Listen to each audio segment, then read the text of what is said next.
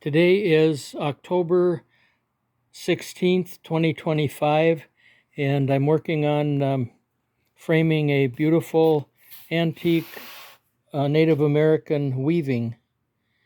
And I thought you might like to see how it's all pinned down and everything. I'm using a beautiful tan suede mat that it's being pinned on. And what I like to do is put a piece of rigid pink insulation below it so that the pins have an easy thing to slide into. And what I do is start with the corners and put one in each corner after I've positioned it the best it could on the mat, because they're always quite uneven and there isn't much stretch to these, so you can't really pull on them to get them to be lined up. But that's part of the beauty of a handmade piece.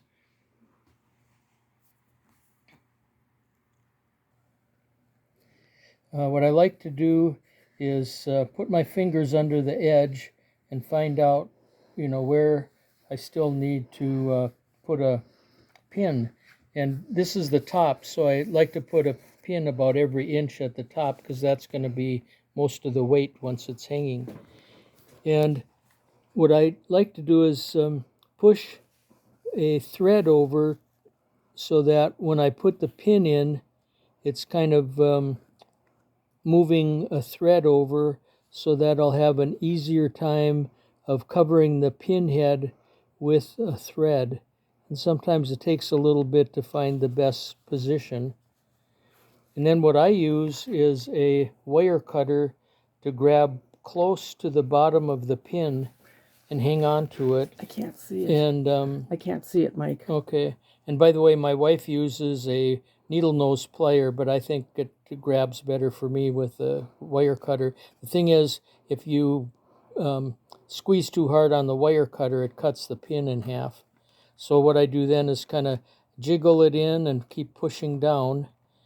And it takes a little bit of oomph to get it through the mat. And then once it's through that, it goes in pretty easy into that plastic foam core. And then I'll grab the pin with the back of the wire cutter and push it through. And then I grab a piece of tape and grab it like that. And then I'll bend that in. But I'm going to be looking at the top of it before I pull it real tight, and see if I notice where the pin head is. And so before I pull real tight, I like to cover the pin head by just moving around some of the fibers a little bit. And then I pull tight and just bend the pin back.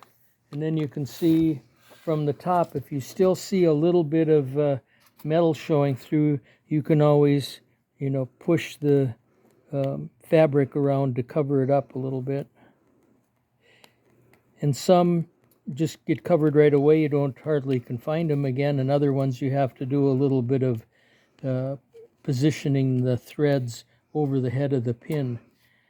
And that's about it. Then I do it probably about like 5 or 6 inches apart down the sides and bottom, once I get about an inch apart at the top. And then I'll start putting some in towards the center a little bit. Like I might put in this brown area, one in each corner of the brown area, and then maybe 2 or 3 between each line there.